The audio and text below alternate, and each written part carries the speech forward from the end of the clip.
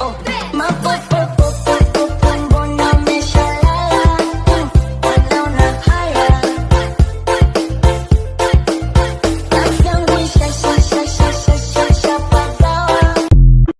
were nights when the wind was so cold. Bakit pag magkagalit ang tao, hindi mag-iimikan at sobra niya na kinaiinisan ang isa't isa? Hanggang sa hindi niya na namamalayan ang tagal niyo na palang hindi nagpapansinan. Bakit nga ba? Dahil ba sa sama ng loob o maling nagawa o dahil sa mataas na pride? Sa sobrang taas ng pride, nagpapakiramdaman kayo kung sino ang unang hihingi ng tawad. Paano kung pareho kayong ma-pride? E di habang buhay na kayong walang pansinan at mag-iinisan, di ba?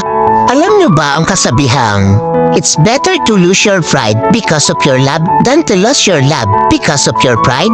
Hindi naman masama kung itapon mo muna ang pride mo para sa taong mahalaga sa'yo. Kaysa naman itapon mo yung pinagsamahan nyo ng dahil lang sa pride mo. Wala namang masama o mawawala kung ikaw ang unang lalapit o iimik. Ika nga, ang nagmamataas ang siyang ibinababa at ang nagpapakumbaba ang siyang itinataas. Kaya huwag ugaliin na magkimkim ng galit dahil ang galit ay basura lang sa ating puso at isipan. There were nights when the wind was so cold. Ang mister, pakiusap lang ha. Huwag niyo nang hanapin ng pera inindiregin niyo kay misis kung saan at kung ano nga ang kanilang mga binili. Nasaan na yung binigay kong pera? Ubus na agad? Ano naman binili mo? Hindi ka kasi marunong magtipid. Madalas, ganyan ang bungad yung mga mister na mapaghanap, hindi ba? Uy, mister, sa mahal ba naman ang mga bilihin, abay kailangan pa ba sa iyong isa-isahin? Ang mga misis ay expert yan sa lahat ng klase ng pagtitipid. Magagaling sa paghahanap kung saan siya makakamura dahil madalas ay hindi naman sumusobra ang pera at madalas nga ay kumukulang pa. Pero kung sadyang kaya maghanap at wala man tiwala kay misis, ay bakit hindi subukan kayo umawak ng pera at kayo mang mag-budget? At para naman sa mga mister na mukhang nakakalimot na, ang mga misis ay katuwang nyo sa buhay, hindi katulong sa bahay. Kaya kapag day off, sana ay ilaan mo na lang sa iyong pamilya na sa halip ay sa iyong barkada. Tulungan mo sa misis sa gawain bahay. O kaya naman nalagaan si Bulso, malaking bagay nito kay misis, sa kanya ay makakapagpagaan ng loob. At para naman kay mister na manghinom at feeling single, abay hinay-hinay lang at konting respeto. Baka nakakalimutan mo hindi ka na binata at ikay may pamilyang laging naghihintay sa'yo.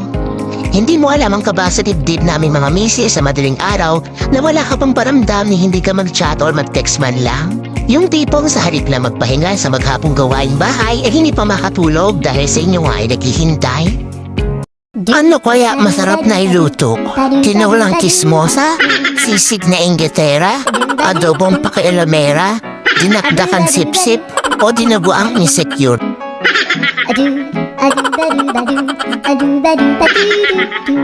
Today's advice, wag na stressan yung sarili mo sa toxicity ng ibang tao. Hindi lahat kailangang patulan. Hindi lahat ng issue kailangan mong ipaglaban. I-conserve mo yung energy mo sa mga bagay na mahalaga. Protektahan mo yung peace of mind mo sa matagal mong iningatan. Kapag laging maganda ang nangyayari sa buhay mo, hindi yan swerte. Blessing yan. Kasi, mabuti kang tao. Tandaan mo lang kung sino yung mga taong tumulong sa'yo. Balang araw, sila lang ang sulian mo. Kanya-kanya tayong ugali. Pero sa part ko, madaling makuha tiwala ko.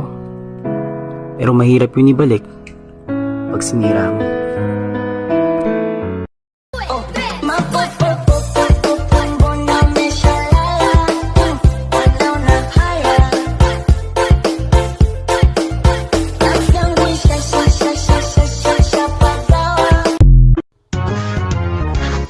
Pag nakita niya may bukang bago, gusto niya i-dislike ito.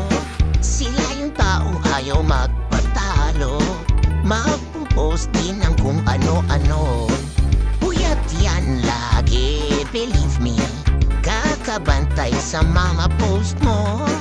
Hindi titigil hanggat hindi niya masira ang pagkatao mo. Walang tigil ang kanyang tunanga, walang tigil sa panghusga. Ibigan mo ang mukha niya, mas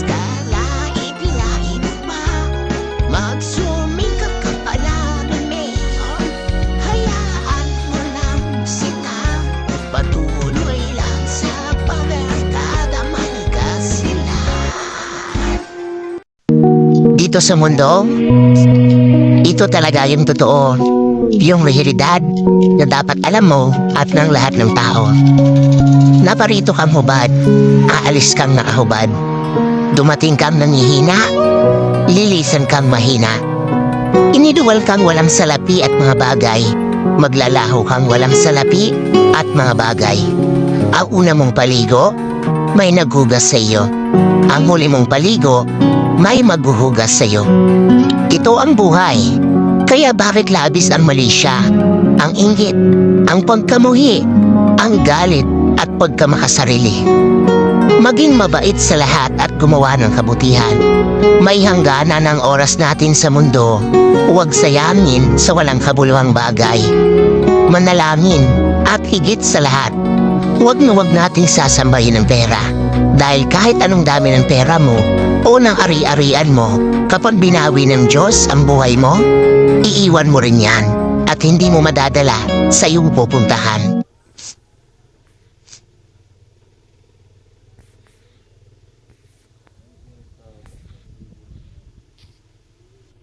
Alin?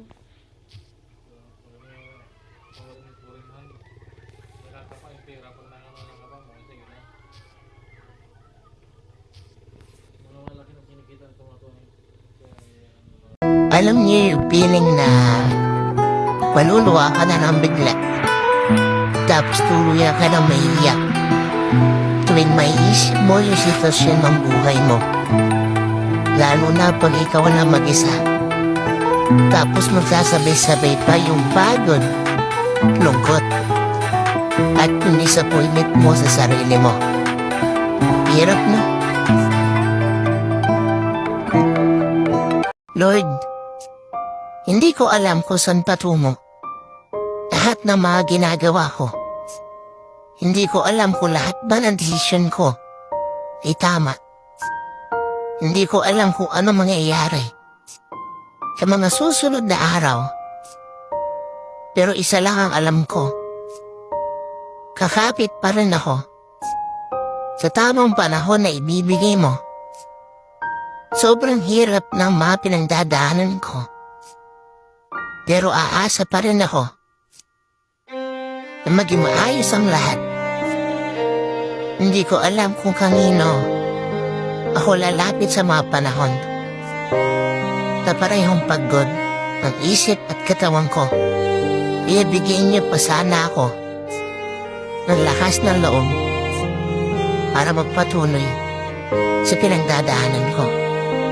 Hindi porket may anak na, hindi na pwedeng mag-ayos o manamit ng sexy. Kahit nanay na, hindi naman tama na pabayaan yung sarili. Kumbaga, deserve pa rin nilang magpaganda. Wala namang mali dun, di ba? Ang mali lang yung mga mapanghusga. Yung kapag nakakita ng nanay na palaging nakaayos, sasabihin nila piling dalaga. Alisin nyo sa utak nyo na kapag may anak na dapat losyang. Okay lang magpaganda, as long as yung anak maayos at naaalagaan. Kasi ang pangit naman tignan. Wala silang karapatang mamili ng susuotin, pero kayo may karapatang mamili kung sinong uhusgahan. Wala kang karapatang manghusga ng isang nanay na nakadamit ng sexy at naka-makeup lagi. Lalo na kung yung pambili, hindi naman sa'yo hiningi. Matuwa ka na lang kasi kahit meron siyang inaalagaan, yung sarili niya hindi niya pa rin kinakalimutan. Hindi masamang magmukhang malinis kapag nanay ka na. Sadyang marumi lang talagang mag-isip yung mga mapanghusga.